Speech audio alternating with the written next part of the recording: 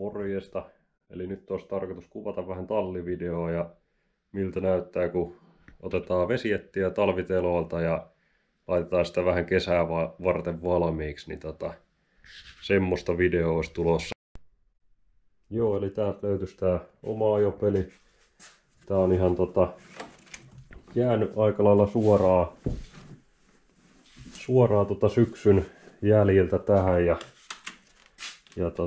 runkona on toi Richterin XFS Ninja 2014 vuosimallinen täys hiilikuitu runko kyseessä ja siis tällainen perinteinen freestyle runko, eli temppujen tekemiseen vartavasten rakennettu, ja täällä oli muistaakseni joitain pieniä juttuja, mitä täytyy vähän katsoa kuntoon kesää varten, että pääsis sitten niinku mahdollisimman paljon ajamaan eikä korjailemaan koko aikaa. Siellä on tosissaan moottorina tollain 1200 kuutioinen X-Creamin moottori ja 49 milliset tuplakaasuttimet ja PFPn pakoputki. Se on kuivaputki alun perin, mutta on tosissaan muuttanut sen märkäputkeksi tällä hetkellä ja vähän erikoisempaa. Ei ole ihan toi putken vakio mukana tullut vakio waterboxi, että se on se on erilainen ja sähköinen toimii tosissaan noin MSDn Total Lossit, mitkä on kyllä omasta mielestä parhaat sähköt tähän hommaan, mutta valitettavasti niitä ei enää valmisteta, niin nyt täytyy vaan toivoa, että kestäisi mahdollisimman pitkään. Joo. Eli ekaksi voitaisiin aloittaa sillä, että katsotaan miten tää moottori pyörii. Siinä oli syksyllä sellaista ongelmaa, että kun se oli vähän pidemmän aikaa ajamasta, niin sieltä toi pendiksi ruostui vähän jumiin ja se ei silloin halunnut oikein pyöriä, että sitten täytyy aina vähän jollain kopauttaa, että se lähti tavallaan auki se ruostejumi ja sitten sillä pääsi kyllä ajamaan taas, ja jos kävi vaikka seuraavan päivän ajamassa, niin pääsi hyvin ajamaan, mutta pidemmän tauon jälkeen niin se jumittu. Että nyt kokeillaan, että se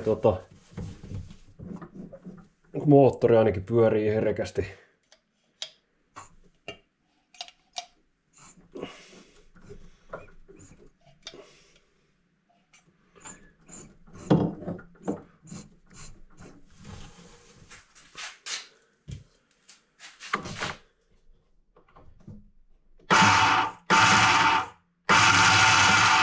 Joo, eli nyt se on tosissaan, se ei jaksa tavallaan aueta se pendiksi niin kuin sen pitäisi, että katsotaan lähteekö se, jos sitä vähän koputtaa se.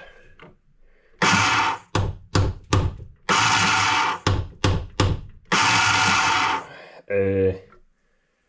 Tosissaan oli tarkoitus, että nyt tehdään sille sellainen perusteellisempi korjaus, ettei vaan koputella ensi kesää, niin mä otan sen sieltä auki ja katon vähän, että mitä se on syönyt. Siellähän on tosissaan vähän muutakin laitettavaa, että taas näyttääkö tää. Esimerkiksi tuolla näkyy toi Coupleri. Se rupeaa olemaan vähän ne kumit heikossa kunnossa, ja jotta se voidaan korjata, niin joutuu moottorin ottaa ainakin taaksepäin, mutta mun nyt oli tarkoitus, että sen voisi ottaa vaikka sieltä ihan kokonaan pois, niin pääsee sit kunnolla katsomaan kaikki mahdolliset vikakohdat, mutta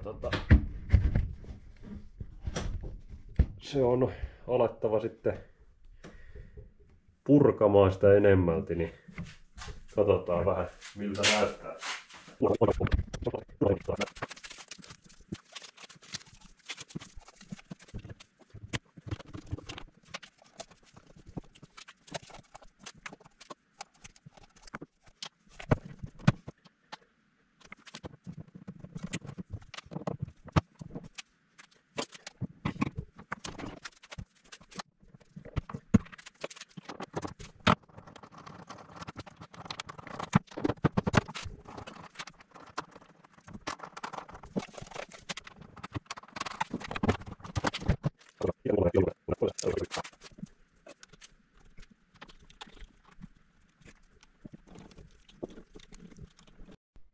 Joo, eli tosiaan tykkään kyllä tästä lajista, kun tässä saa toteuttaa itteensä ja tälleen. Tässä on hyvä esimerkki. Mulla oli tulossa näytösajo ja mä kävin vielä harjoittelemaan viimeisenä iltana sitten, että niin kuin ajosetin, että minkä mä ajan sitten näytöksessä, ja se tosissaan mun repestää kumi silloin ihan niin kuin viimeisillä harjoitteluilla, ja mulla ei ollut sitten varalle, ei löytynytkään tallista uutta kumia muuta kuin sellainen ihan aavistuksen liian lyhyt malli. Joskus itse leikannut siis liian lyhyeksi, niin mä ajattelin, että ei niinku oikein tähän hätään nyt kerkeä saamaan, kun aamulla pitää lähteä jo sinne juhlapaikalle, missä oli tää näytösajo, niin että minkähän ratkaisun siihen tekee, niin mä laitoin sitten sen vähän liian lyhyeksi leikatun kumin ja kävin hakemaan tällaista vulkanointiteippiä. Niin mä pyöräytin melkein sen koko teippirullallisen tohon ja toivoin, että se kestää sen näytöksen ajan, ja sehän kesti ihan hyvin, ja mä ajattelin, että no ei mitään, tilataan uusia kumeja tai saa noita vastaavia ihan Motonetista tai tämmöisistä tarvikekaupoista, mutta mä oon yleensä tilannut itse tuolta maailmalta, saa vähän halvemmalla, ja ne on ollut ihan hyviä, kun on tällä joustopalkeella, mutta tosissaan se kesti niin hyvin, että ajattelin, että annetaan olla sen sitten siinä niin pitkään kuin se ajoo, ja nyt silloin ajettu 2 kesää muistaakseni tuolla samalla kumilla, tai oikeastaan 1,5 kesää. Toki ajo ei ole tullut ihan hirveästi, mutta se on niinku, joskus nuo väliaikaiset ratkaisut on aika pysyviä, että mut joo, siinä mielessä ihan mukava harrastus, että saa tosissaan kyllä toteuttaa itteensä ja joutuukin aina välillä. Mut nyt jatketaan moottori-irrotusta.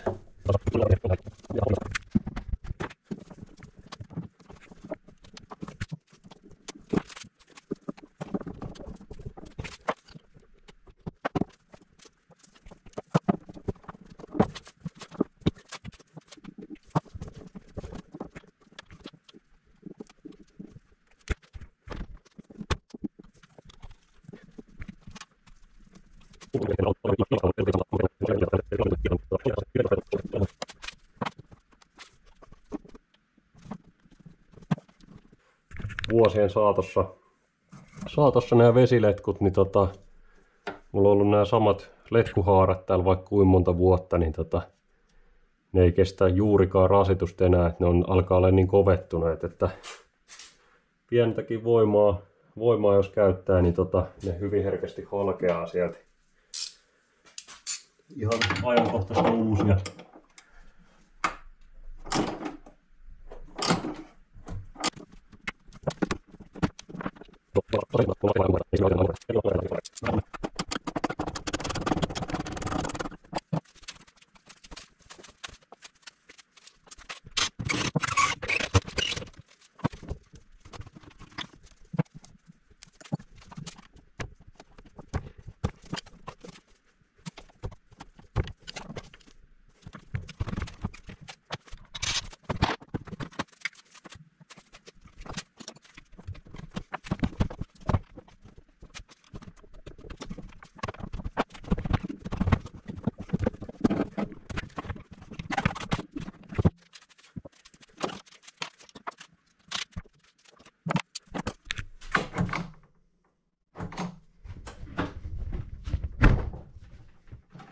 Tää oli tosissaan kans yksi. Mikä tuntuu vähän kanittavalle. Sen pitäis mennä sinne pikkusen ripeämmin ja sekin kesällä vähän sitä loppukaudesta rasvailtiin, että sillä pystyy ajaa ja näin poispäin, että tässä on esimerkki miten se niin pitäisi toimia. Niin se ei nyt näytä ihan samalle, mutta se tosissaan niinku sen tuntee ihan tässä kun vetää, että vaatii pikkusen enemmän voimaa. Eikä tosissaan palautusjousi jaksa sitä yhtä nopeasti vetää takaspäin kuin pitäisi, että se on täällä on kans näkyy tänne pitää siis käytännössä, jos laitat vähän varusteista, putkista ja akun paikasta, bensatankista, sen sijoittelusta, niin joutuu rakentamaan aina itse näitä.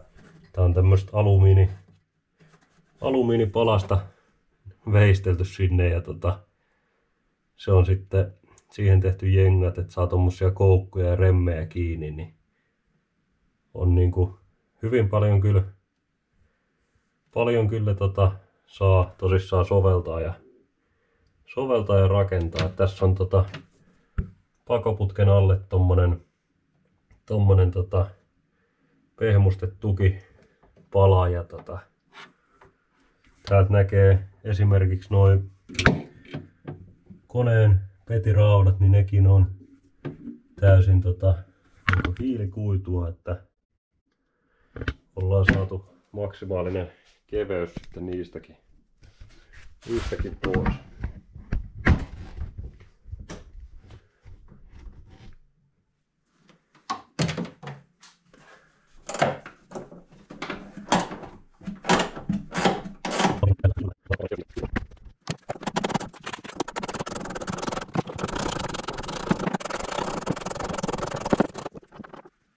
Simmipalikoitten kanssa kannattaa olla tarkkana, jos käyttää moottori irti, että merkkaa aina mikä pala oli mistäkin, että saa moottorin linjattua takas suoraan helposti.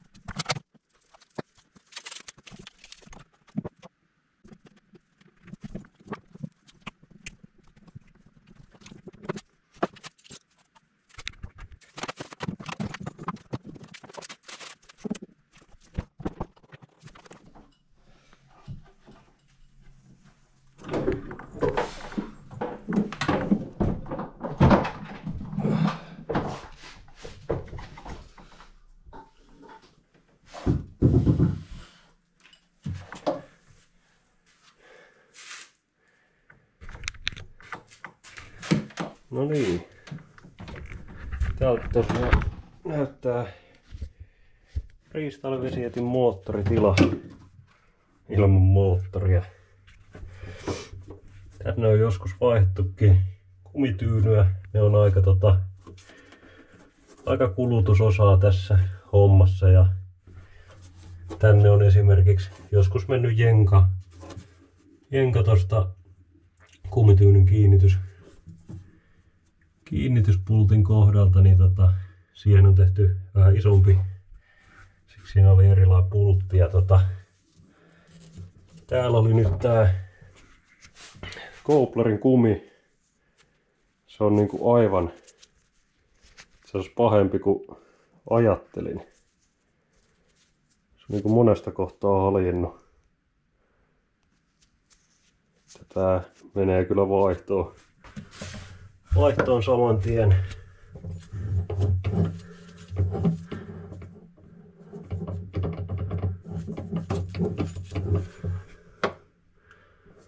Joo, ei mitään. Ruvetaan sitten katsomaan sitä vähän tarkemmin.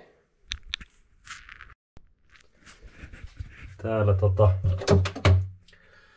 nyt kun sai ton moottorin pois, niin ei mikään ihme, että on tosissaan joskus ollut vähän jäykempi tää kaasuvajeri. Se on kuori mennyt rikki ja varmasti ahdistaa aika paljon. Ja ihan sama homma on tää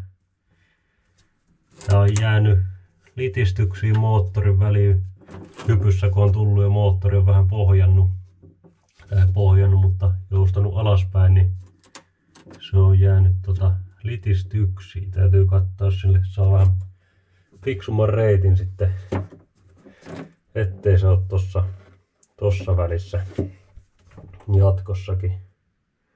Joo, kyllä tässä muuten saa käydä aika lailla joka ikisen johdon ja letkun ja osan vielä läpi, että mitä voi sitten jättää ja mitä ei.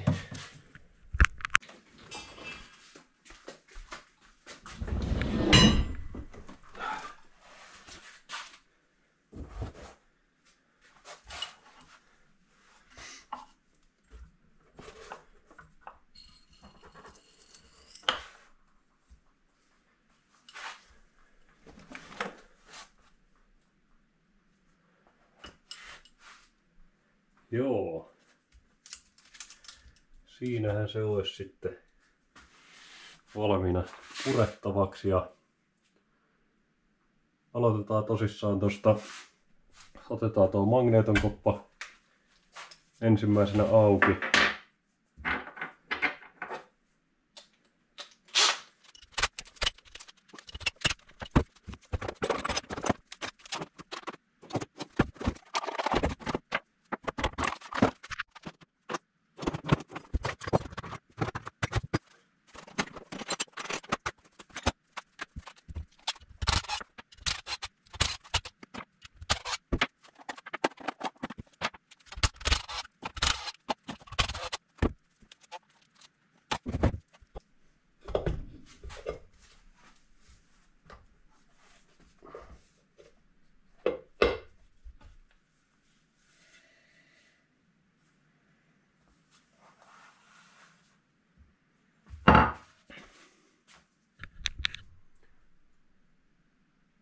Noin, ja niin kuin näkyy, niin täällä on tosissaan jonkun verran päässyt vettä tänne magneeton kopan sisään. Se on näissä niin kuin hyvin yleistä, että täällä on esimerkiksi täällä lohko alareunassa niin todella vähän materiaalia. Mä oon sinne jotain massaa yrittänyt laittaa lisäksi, että se antaisi tiivistyspintaa pikkusen enemmän, mutta siellä ei ole samalla lailla materiaalia kuin täällä ylhäällä. Ja tässä magneeton kopassa on tää O-rengas, minkä pitäisi se tiivistää, mutta se jää tuolta alareunasta mun mielestä pikkusen vajavaiseksi, että täytyy katsoa minkä siihen saisi, mutta samalla nyt tulee tarkistettua sitten noin muutkin läpivientipaikat tuolta, mutta tässä on tosissaan tää pendiksi, mikä on sitten ollut vähän niin kuin oireena tohon, että kun se piti äsken vaan sellaista surinaa eikä pyörittänyt moottoria, niin se on niin kuin jumissa. Tästä pääsee kädelläkin kokeilemaan, että se on todella niin kuin nihkeen tuntunen, että se, jotta me saadaan se niin kuin ulos tuolta, niin täytyy sitten tää vauhtipyörä irrottaa, niin otetaan se seuraavaksi.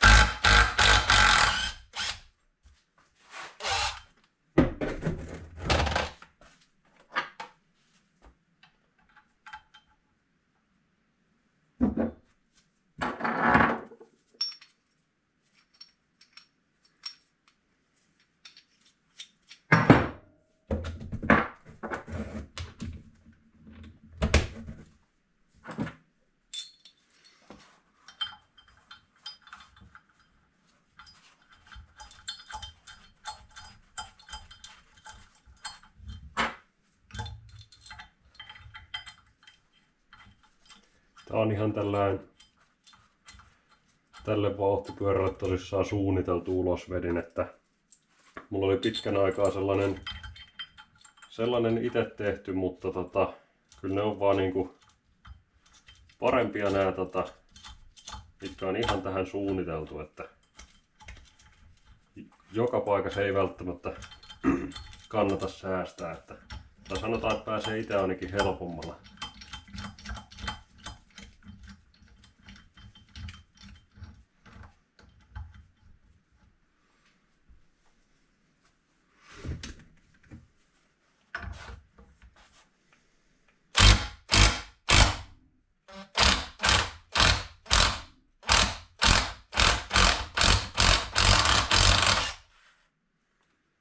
Noin. Ja tällä vauhtipyörällä on hyvinkin yleistä ärsyttävää, että se jättää ton kiilan tonne vauhtipyörän sisään ja sitten se pitää ronkkia sieltä pihalle ja näin poispäin. Mutta tälleen lähti tosissaan vauhtipyörä irti. Ja tää oli kyllä jo putsauksen tarpeessa. Täällä on kyllä melkoisen paljon tällaista vetistä möniää. Mut nyt me saadaan tää pendiksi täältä tosiaan käteen ja tää on ihan yhtä puuta. Ei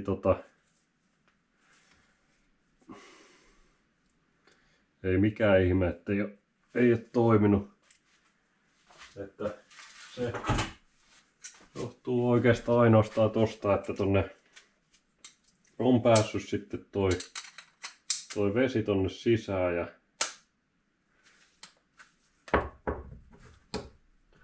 ei. Tää on niinku aivan jumissa.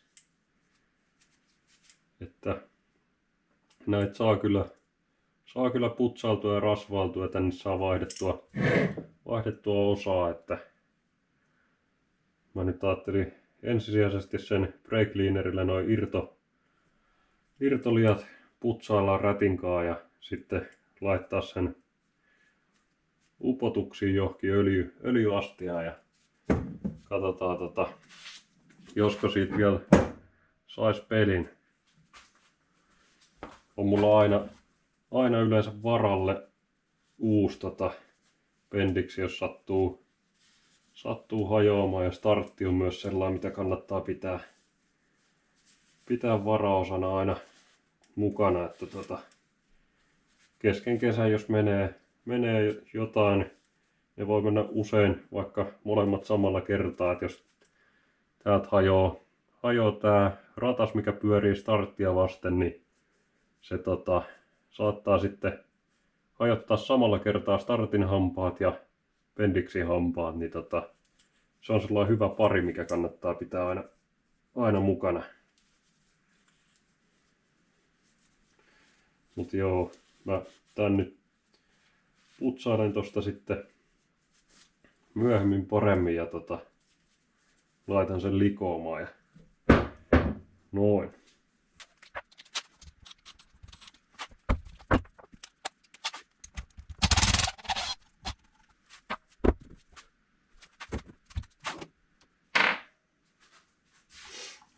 Nämä on kans nää maadatus- ja virtakaapelit silleen hyvä aina silloin tällä vaikka ihan vaan vaihtaa, että vaikka ne toimiskin, mutta ne on tässä hommassa aika lyhytikäisiä, että mä oon itse varmuuden vuoksi aina silloin tällöin niitä vaihellut, niin ei tule sitten ongelmaa niistä.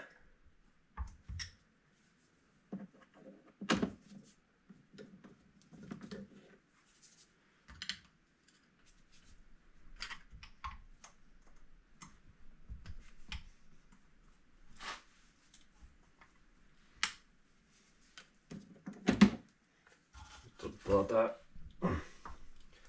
startti ulos täältä. Noin. Se tuntuu ainakin ihan hyvin kyllä pelittävän, että ei jos siitä. Ja O-rengaskin näyttäisi ihan hyvälle, mutta kyllä se vielä putsaillaan. Tosissaan varmaan tulee tehtyä uudet virta- ja maakaapelit ja sitten laitettua niille se tatakasaan.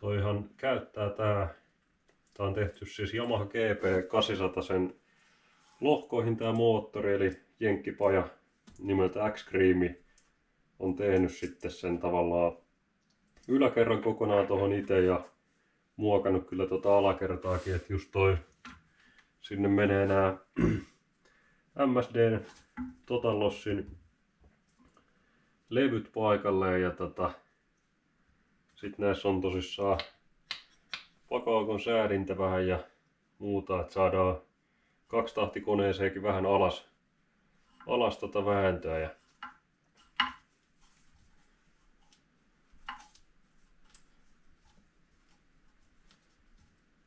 kaasuttimista tässä oli myös sellainen, että niin nyt pystyy ajamaan, mutta tosissaan 49 milliset Full Spectrumin kaasuttimet ja se on pikkusen vuotanut tuolta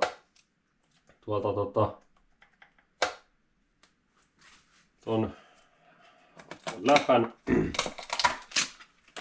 läpän akselista tai akselin tuolta tiivisteistä. Täältä huomaa, että on pikkusen valunut bensaa näistä väleistä, niin mä otan ne auki ja sitten selvittelen, että mistä ne löytyisi ne uudet hilut tonne, että sais vähän tiiviimmäksi. Muuten näyttää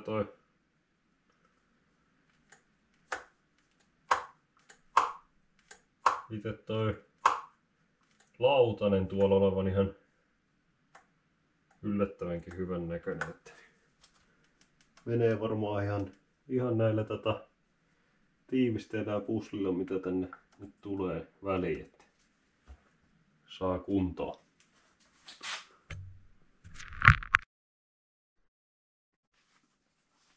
Joo. Ajattelin, että otan ihan tää osakipon tähän ja pikkusen koitan saada sitä alkuun liikkeelle.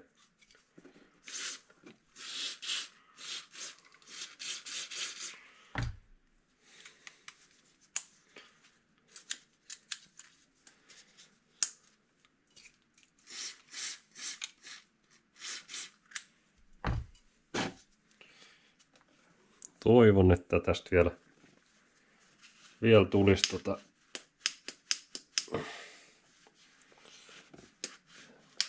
jollain tapaa ehjä peli.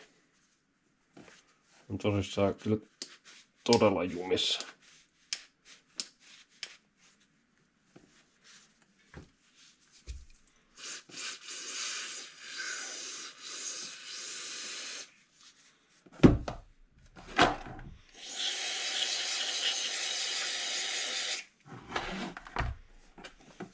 Vaatii, että se hetken on likoamassa ihan jossain, että se lähti siitä.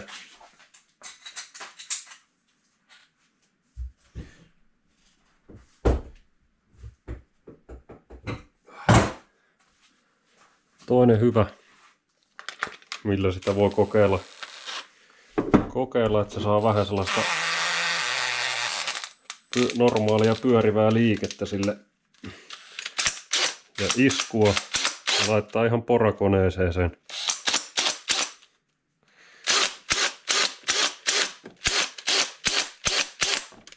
Kiinni ja sitten pyöritellä. Nyt en ulkoa muista kumpaa suuntaa tän piti auta. Tää on edelleen niinku ei mihinkään.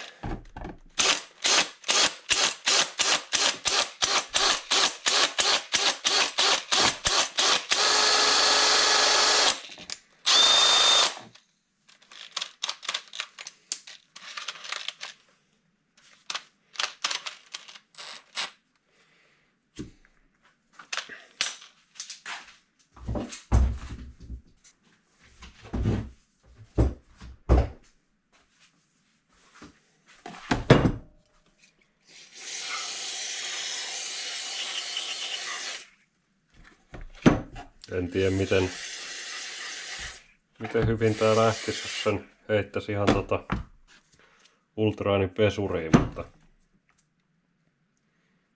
joo.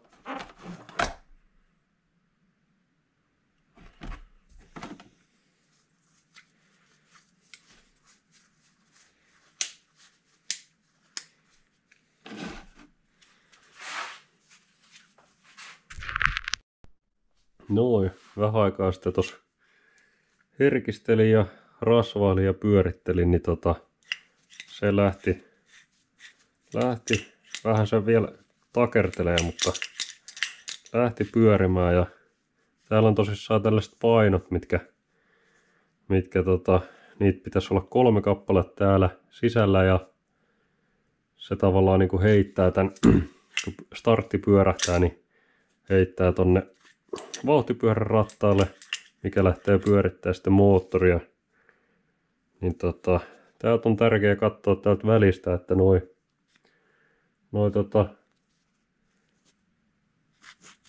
tavallaan välilevyt on ehjät ja tässä kiertää tällainen pieni jousi tässä ympärillä ja siellä on ne painot välissä, niin täytyy vielä jatkaa putsailua ja rasvailua ja laittaa se johonkin öljyastia likoamaan, mutta nyt tällä voi tehdä sen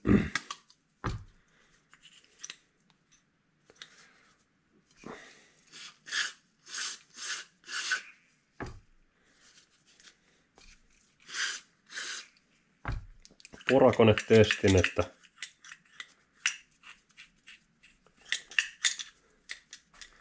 pääsee vähän porakoneen avulla pyörittelemään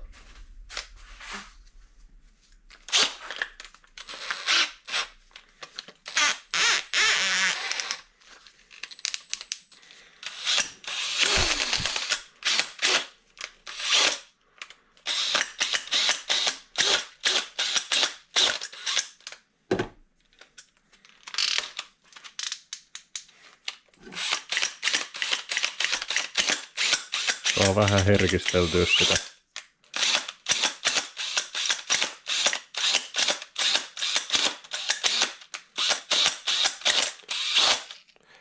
Mut joo. Sitten sit vaan likoomaan johonkin astiaan ja katsotaan, jos se siitä herkistyy.